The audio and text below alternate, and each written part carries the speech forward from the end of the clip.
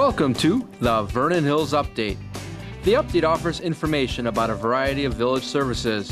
You'll meet a few of your neighbors and to find out about upcoming events. On today's show, we'll get an update on the village's efforts to fight the emerald ash borer, an invasive pest that has devastated ash trees here in town and around the region. We'll find out about the upcoming pet vaccination clinic and microchip event planned for Saturday, April 25th at the Public Works Department. We'll take a look at the village's building permit process, including how and when to request a permit from Village Hall. We'll check in with the Vernon Hills Queens, Annabella Fisher, Cassidy Rash, and Bree Amade with a reminder about the May 8th application deadline for the 2015 Vernon Hills Pageant. And we'll meet the new president of the Vernon Hills Youth Baseball and Softball program and learn what is in store for the youth athletics during the upcoming seasons. Thank you for tuning into the Vernon Hills Update. Well, we are out beside one of our poor ash trees here in town. We're with Ken Lohr, who's a forestry crew leader for the Public Works Department.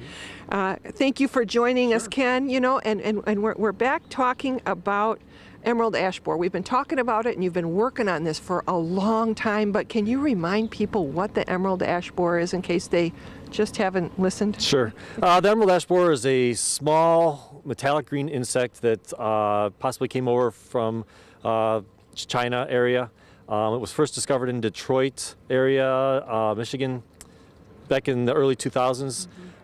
It made its way over to Illinois, and unfortunately it came to Vernon Hills. We found it in 2010, and we've been battling it ever since. Well, and I was going to say, you have been very much ahead of the curve. I know there's been other towns where they say they don't have it, or their ash trees are not at risk, but you guys have seen it and you're trying to keep ahead of it, just so if nothing else, you don't have damage or you can find stock to replace, right? Right. We've been, unfortunately, I guess, many of our parkway trees were ash trees, and so we've been battling it. We found it. They've been killing the trees.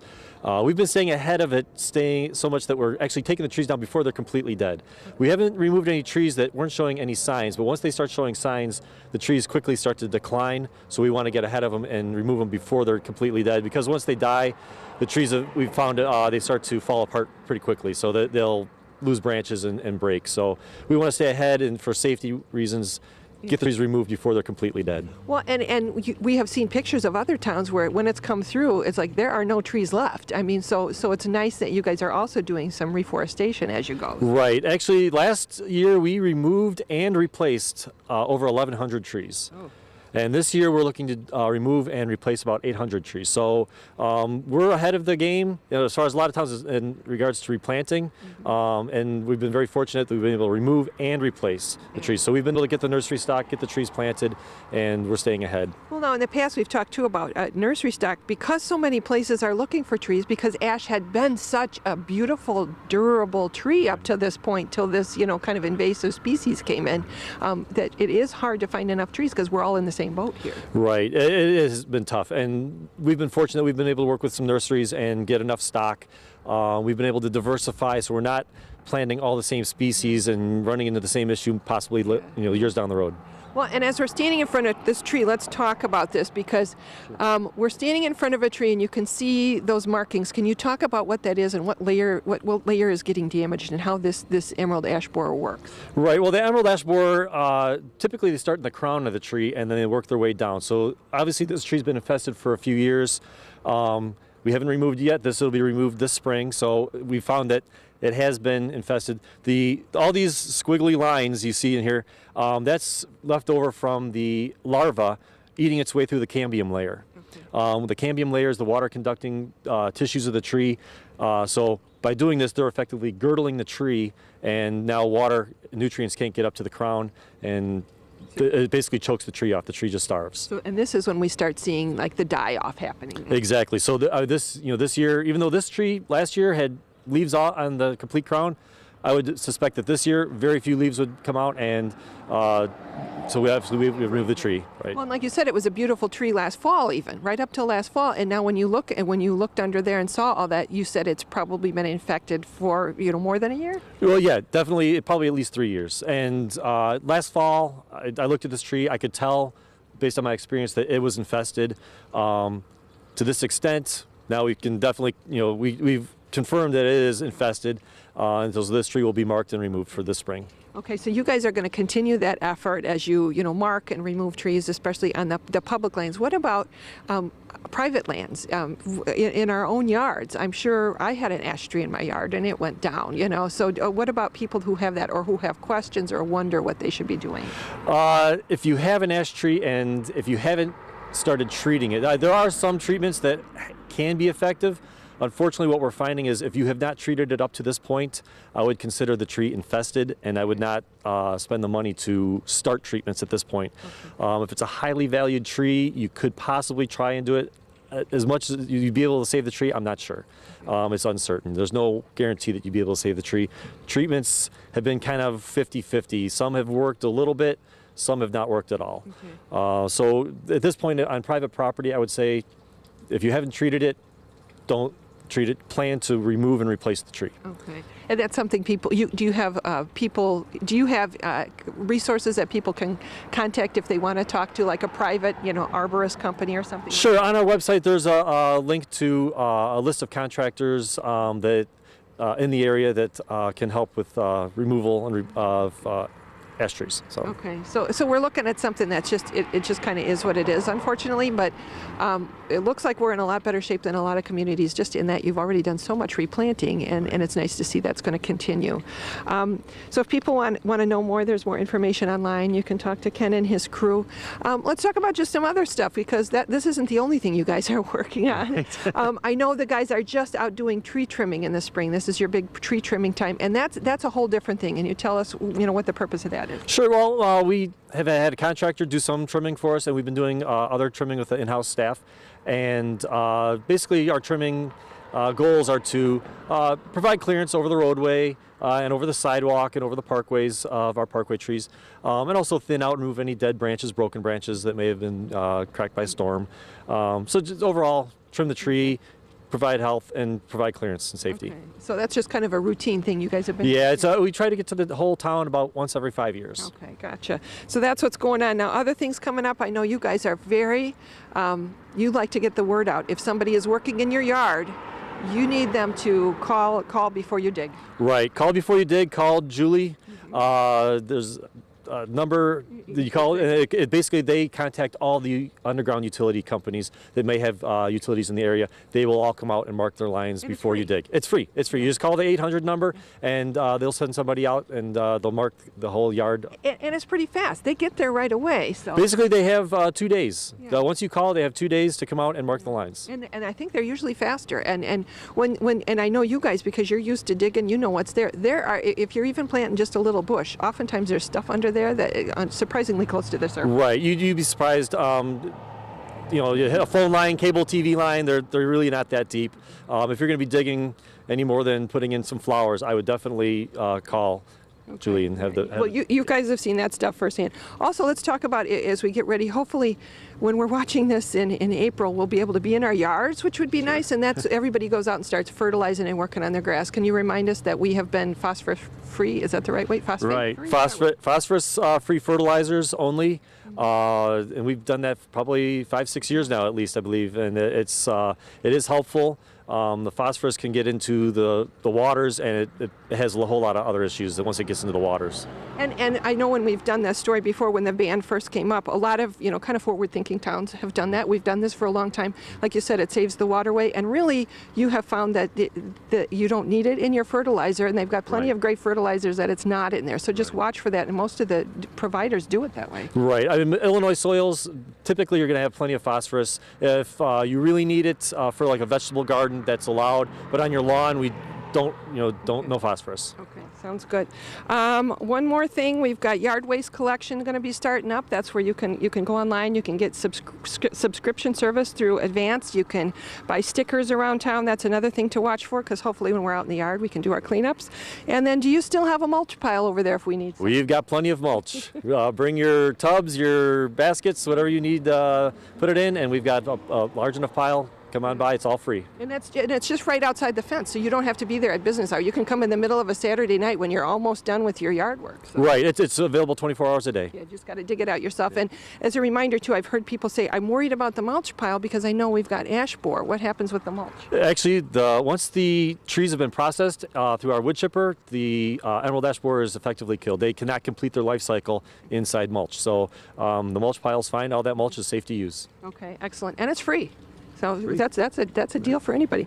Well, thank you for taking the time. If you want to know more, if you have a concern about a tree in your yard, these guys have been really helpful going around town. I know it's above and beyond the call of duty, but I know you have been. So thank you to you and your crew. If you want to know more, go online, give a call, and let's have a great spring. Thanks for all your work. Thank you.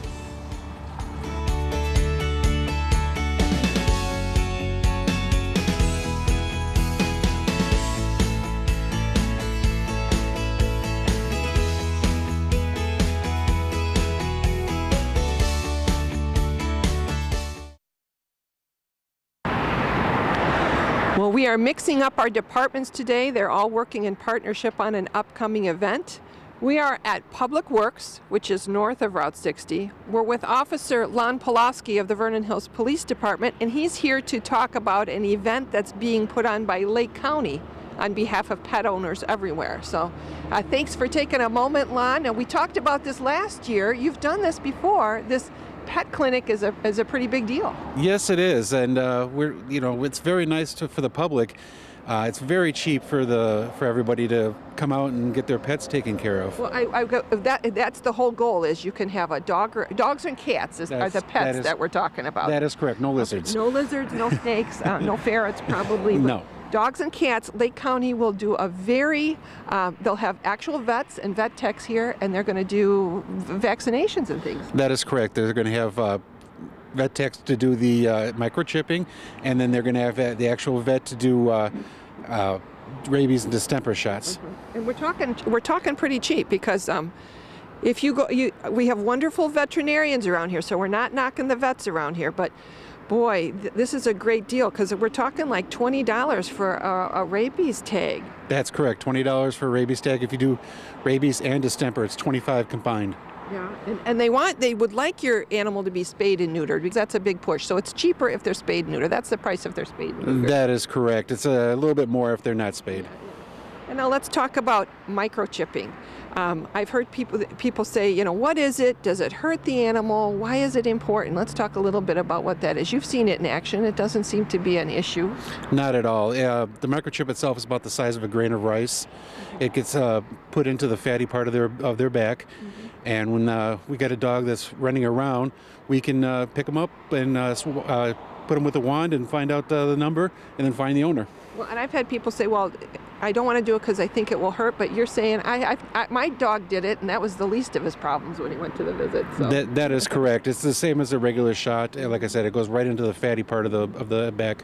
And it's good because if their tags fall off, if the collar with the tags come off, you can still figure out where this dog goes. That is correct, because the tags can come off very easily. People may let their dog in the backyard, and it takes a little run. Yeah. Yeah.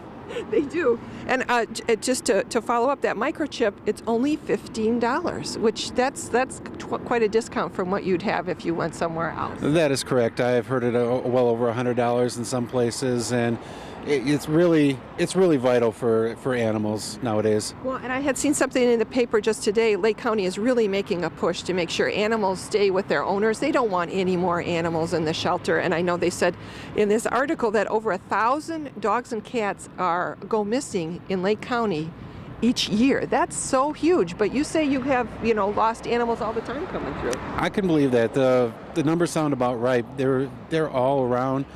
We pick them up, and hopefully we can find the owner. If not, they have to go to Orphans of the Storm or somewhere else. And those places are already busy. We don't want more animals in there. So that is correct. They are very busy there. Yeah. So that's where that microchip comes in so handy because you have wanded dogs, so you've seen them come through Vernon Hills. It's saved animals' lives, I would have said. Oh, very much so. I've been able to find the owner within a few minutes. Okay. Excellent. So this is a clinic coming up on Saturday, April 25th. Now we should back up. The reason we're at Public Works is it's moving over to Public Works this year. You're busy with construction at the police department. So. That's correct. Our construction is going to be going on there, so we won't have the room. Dave Brown, the director of Public Works, has allowed us to come out here and have it here this year. Yeah, so really it's a great partnership among all the people. So, and let's talk about who can come to this. We talked about it being for dogs and cats. Do you have to be a resident of Vernon Hills, or do you have to show residency? You don't. Actually, a lot of the people we get are from far away. We've even had people from McHenry County come for the vaccinations and the microchipping. We get a lot of people from Waukegan or Chicago, all around. Well, it's a great service, and do you have to make an appointment, or what do you do? There is no appointment. First come, first serve. We open at 9 and we get done about noon. They never turn anybody away, so if you're here just a little bit late, they'll let you in. And is it a cash type thing? Cash only, no checks or no credit cards. Okay. And I know you have a few things, like animals have to be a little bit older, 4 months old at least. They have to be 4 months older.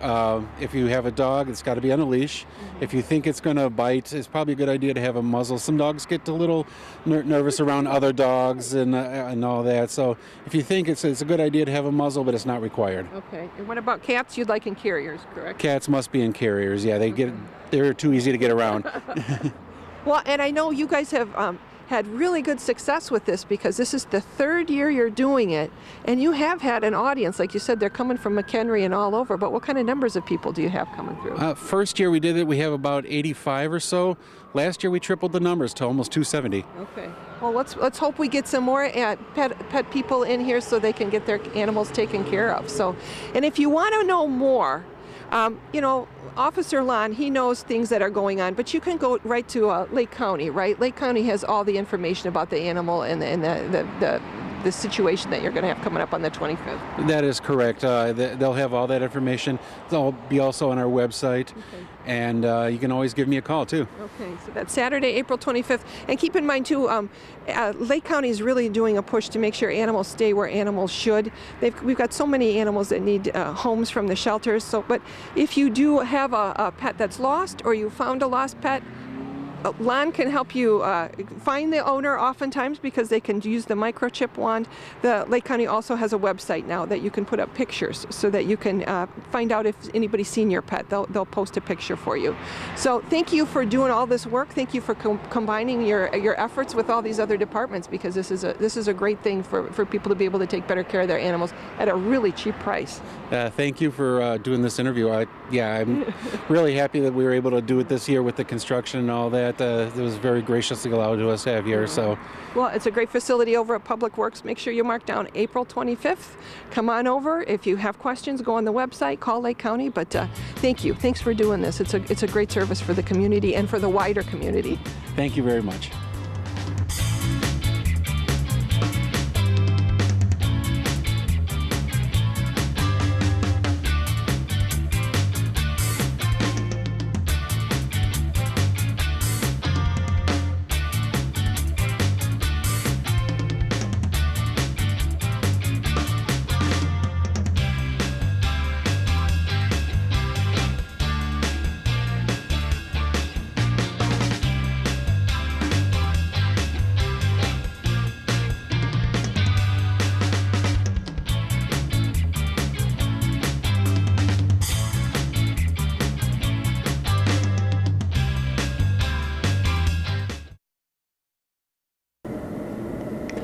Well, spring is finally here, and that means we walk around the outside of our houses and the inside of the houses, and we see things we maybe should be fixing up after our long winter.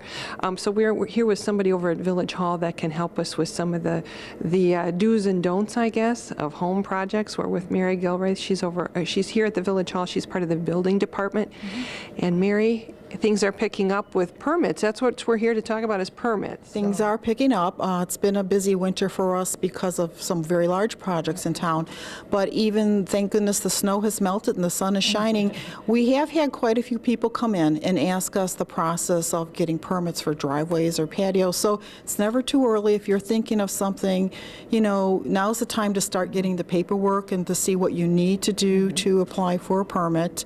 And when we talk about permits, the Village of Vernon Hills does have a very extensive, building code. It has to do with fire safety, electrical safety, all those kinds of things.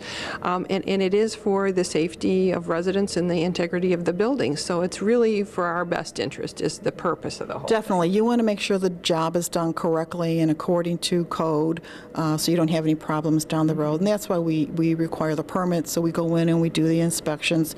There's a lot of scammers out there right now, and really now's a good time to talk about it, that if anybody is knocking on your door or ringing your bell, they really are supposed to have a solicitor's license issued through us at the building department.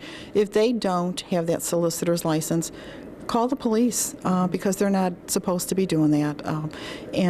This is we still have the no solicitor stickers available here at the Village Hall free. You can just come pick them up and stick them on your door? Come and pick one up at any time, yeah. So in theory, if you've got that sticker up, nobody better be ringing your That is door. correct. They're not supposed to be ringing your doorbell at all. And if you do, point to the sticker and you can call the police and they'll get them out there and stop. The police department has a lot of scams and fraudulent information on their website because especially at this time of the year with the heavy snow we had, you could start having problems, and we don't know who's out there, saying, here, let me into your home and things like that. There's a lot of roost burglaries. You don't want to be a victim of any of that. So just wanted to throw that in as a little thought, for residents to be aware of that as well. We basically have two different kinds of permits. We have permits that we issue over the counter, and then we have permits that have to go in for a review. And your over the permit counters are typically your siding, your re-roof, your furnace, AC units, water heaters. When a contractor comes in for those type of permits, we require a copy of the contract that the homeowner has signed. This is to safeguard the residents, against any fraudulent contractors out there in that regard too. Well, you said we've talked about this in years before, and you said there have been people who've actually done work, and the homeowner didn't even want it or wasn't even there to know it. That's true. Years ago, we've had contractors applying for permits, and then we get calls from residents saying, I never contracted with them. So that's why the contract is one of our requirements that the homeowner has signed. So we know that that resident is agreeing to all the terms, and it should be a very thorough contract too, not just something, I'll do this for $10,000. I mean, by law, they're supposed to detail the exact work that they're supposed to be doing. And then we have the types of permits that need review. And can I back up? So the ones that are over the counter, literally, if I come in and have the right stuff and I can fill out the form, I can get the permit right then. You'll get your permit immediately. Okay. If it's roof work, we need to make sure we have a copy of the State of Illinois roofer's license on the contractor. Siding doesn't require any, and we don't license or register contractors ourselves. I think sometimes a lot of them think we do, and that's why they don't want to put themselves down on the job because it'll cost them a fee. But we currently do not do that. But we are looking for that state roofer's license. With the water heater, we're looking for the plumbing licenses to make sure they're all, licensed and qualified to do this type of installation. And it's a simple process, depending how busy we are here. It's only going to take a few minutes. Fees are paid in the form of cash or a check. We take a personal or a business check. So that's a very simple process. It is, yeah. Now the one that needs review, those are for bigger types of jobs, and it's a little bit bigger process. What kind of jobs would need to go in for review? Well, you're looking at basement remodels, driveways, patios, sidewalks, decks, sheds, fences, those type of things we have to go in for a review. Our website is very thorough. On our main page on the left-hand side, you'll see a column, and if you click on Forms and Documents, that's going to take you to a list where you can then click on residential permits, and it's going to take you to all of this information. For instance, on a deck, our handout tells you how to apply for a permit. It tells you the location requirements.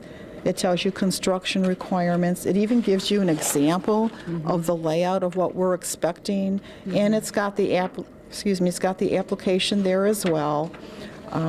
If you live in a development that has an HOA, chances are we are going to need that HOA approval, but you can always check with us first if you don't know for sure.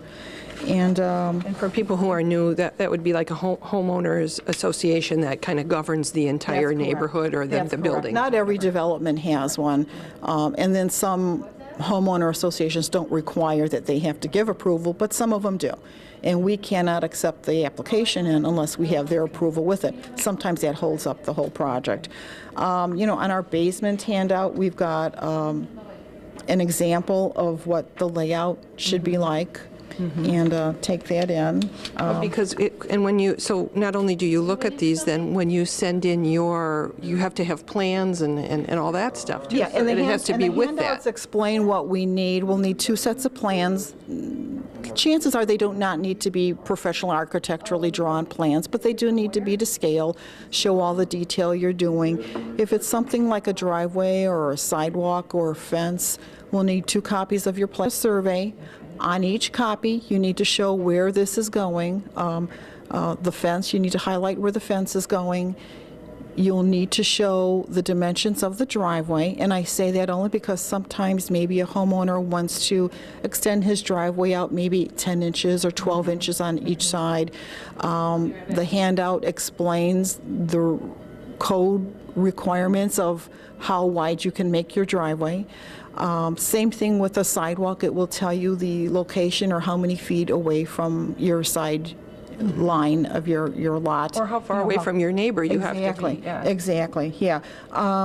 When it comes, And where does one get a Plata survey? well, we really encourage you to look through all of your closing documents when you close down your home, regardless of how long you've been there, because we don't always have those copies. So really, we'd like you to look through your own documents first, see if you have it. If you don't, you can check with us to see if we have it, but we don't have copies of all plats. So in that case, you might need to go back to your attorney you used during your closing, possibly your mortgage company. It gets a little difficult. Okay. I mean, usually something's going to come up, Okay. but really we encourage you to look through your own closing documents first. Okay. So then you don't have to go to a surveyor and have it all done again. Exactly. Yeah, because that can get a little pricey. Same thing for sheds. Modular storage unit sheds, like the Rubbermaid type of sheds, if they're under 40 square feet, you don't need a permit. Under 40 square, Under okay. 40 square feet. And that's all spelled out in our shed handout, too. Otherwise, you need the permit. And again, all of our handouts are so thorough. They tell you exactly what to submit and how to submit. The time review line is 10 business days. We don't hold anything up on purpose, and we do get busy. So if you're thinking about it, bring your information in ahead of time. Don't wait till the last minute and say, oh, my contractor can come here in 2 days. We're not going to be able to, You're gonna have to have it done ahead, take care of that. Well, and some projects are even bigger because if they have to go through, if you're asking for a variance or something, that takes even longer. So, It does. for instance, if it's bigger than your lot allows or closer to the, the street or the neighbors or something. Yeah, then we would suggest you contact our building commissioner, Mike Atkinson, because he handles all variances, and he'll help you through that process and give you a good insight as to whether he thinks it would be an acceptable, process to go through the variance, or how if it's not worth your time at all to do something like that. Well, that's a lot of information, and you said a lot of everything's online. Everything's online, so you can study it. Absolutely. Our website, www.vernonhills.org. Again, right on the main page on the left-hand side, click on Forms and Documents. Then click on Residential Permits, and all of these applications are there. All of these guidelines, they're very thorough and explanatory. If you have any questions, don't hesitate to call us. Better to call and ask, so you're going to get your ducks in a row. Yeah, And then absolutely. you don't want to wait till the last minute and then have a surprise. Right, and that's what I encourage residents or contractors, get your paperwork in to give us plenty of time to get the review done and be able to permit it. And Excellent. Well, thank you for your time. Thank you to everybody here who helps. Remember, you can come and you can get a no solicitor sticker. This is where you can get your permits, go online and find out more, or come over and ask questions just so you're ready. You're not surprised. Thank you. Thanks for your time, and let's have a great spring building season. thank you.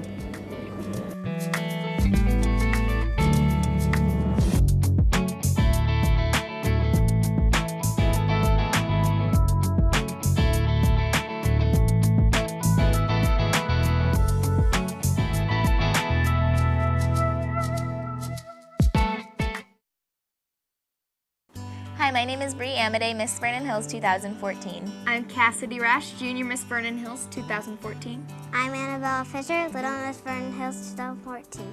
And we'd like to invite you to participate in the 2015 Vernon Hills Pageant. Applications are available online or at the Village Hall. We would also like to invite all of you to come out and watch the Vernon Hills Pageant. Hope to see you there June 20th.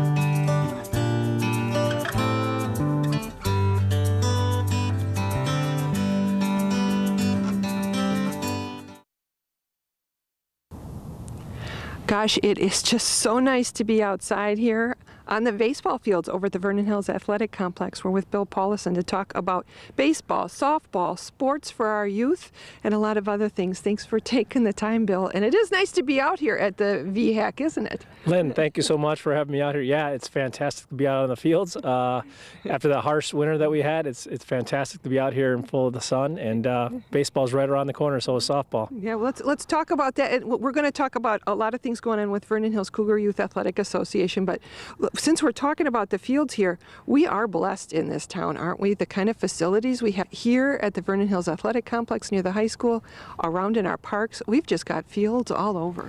Yeah, we are extremely blessed in the fields and the facilities we have here in Vernon Hills. When I moved into the community 16 years ago, this was one of the reasons why I did, because of the facilities that we had here.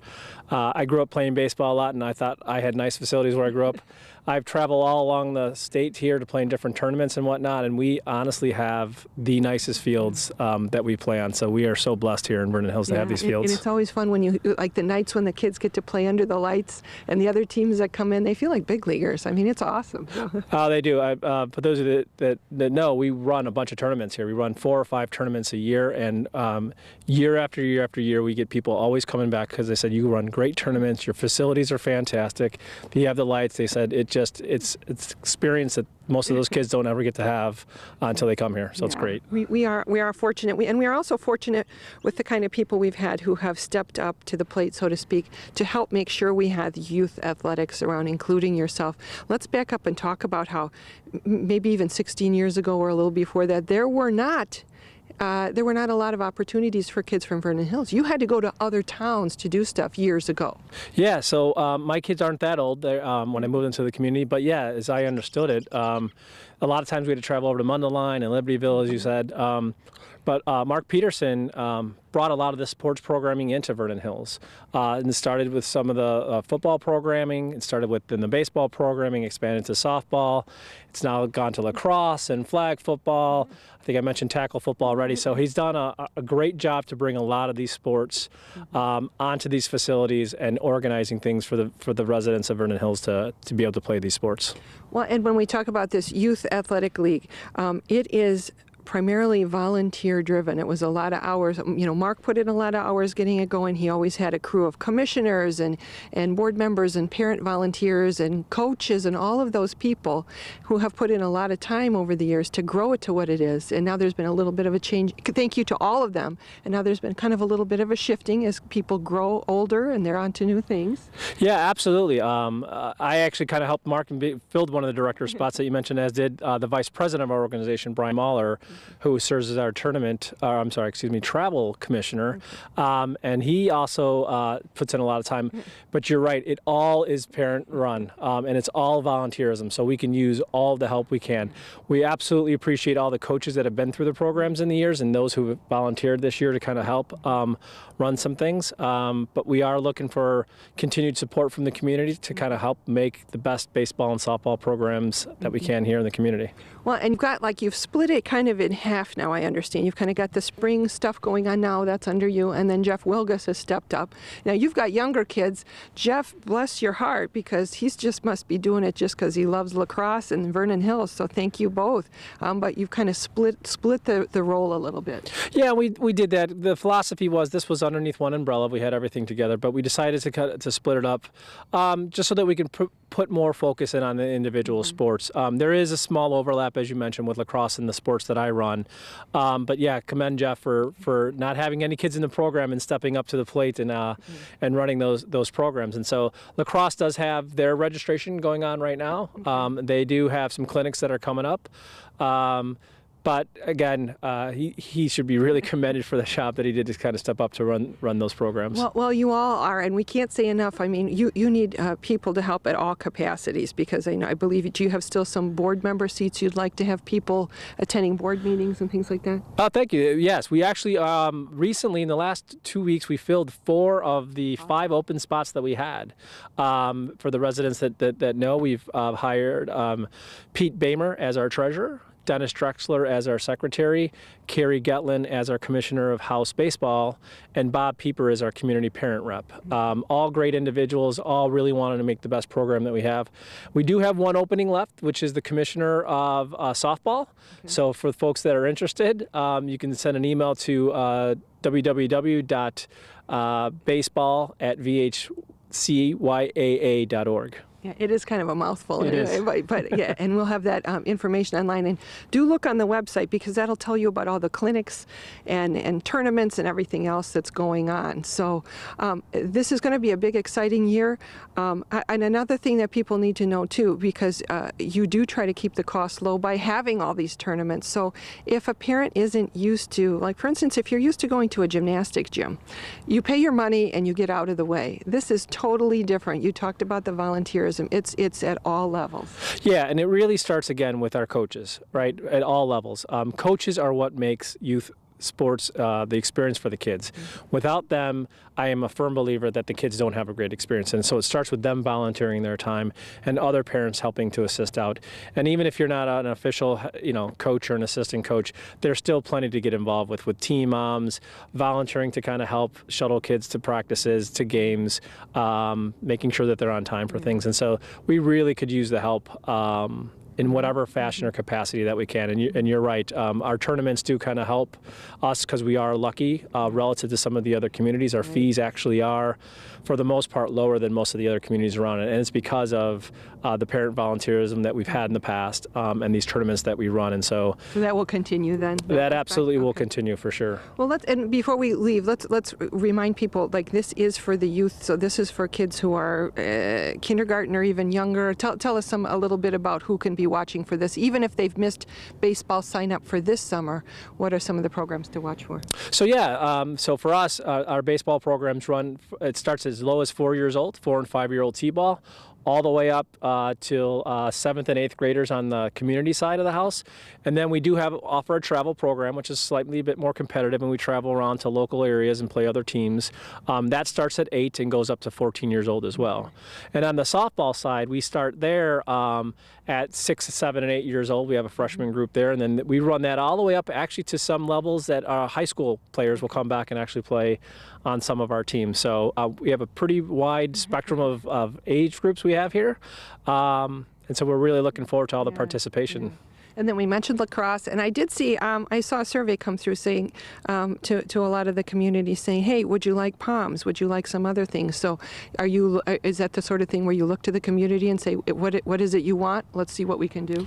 Yeah, and so this is a part of Jeff Wilgus's organization, but as part of POMs, we used to have that as cheerleading as part of the organization before. There was a divide as to terms of what the program wanted to be, whether it was a competitive or just be friendly. And so we have had parents come forward and has expressed interest in running a POMS program. And so what they're doing now is they're running a survey to see who would be interested and to what type of program do they want to offer. I believe there's some fairly strong interest in a program like that. And so I think, speaking on behalf of Jeff, they're cautiously optimistic that they can get something done here shortly on that. Okay. And we still will have football signups and all that going on as we get closer to fall. Absolutely. Actually, some of the football registration stuff will probably start start to happen very shortly. They like to know what their numbers look like before the fall season, so that I'm looking for their registrations coming soon as well. Okay. So again, the key is to stay informed. There's a lot of programs over here. The website is a great place to go, but I know you guys are available to answer questions. You as parents, you as coaches, you as volunteers, you know what this program takes. So you're there to give people an idea. Absolutely, yeah. If they ever have any questions, you absolutely can visit our website. It's www.vhcyaa.org. And we've got a variety of different links on there. You can check and click on info for more information. Okay. Well, thank you. Thank you for taking the time. Thank you for all you do and for what all the other volunteers have done all through the years and right now. And we wish you a wonderful baseball season. Thank you. And softball season, I should say that. Yes, thank you very much for the opportunity to speak to the community. And again, we look forward to having all your children come out and participate in one of our sports programmings. Thank you. Thank you.